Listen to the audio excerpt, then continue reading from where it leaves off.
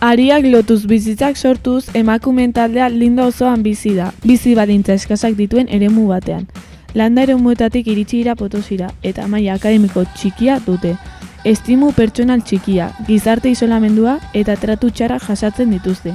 Pobrezia eta bazterketa etengabeak dira haien bizitzetan. Horietako batzuek kaleko salmentarekin ateratzen dute bizimodua.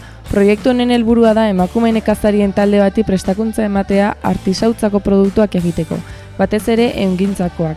Ondoren salduz baliabide ekonomiko propioak lortzeko, horrela familiaren ekonomiari laguntzeko eta independentzia, hazkunde pertsonala eta autoestimua sustatzeko.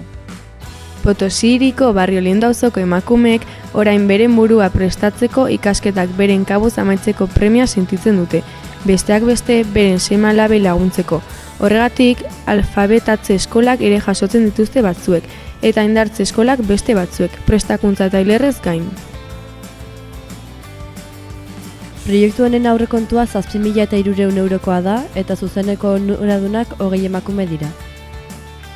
Ariak lotuz bizitzak sortuz proiektuan garapen jasangarriko 4., 5. eta 8. helburuak sustatzen ditugu.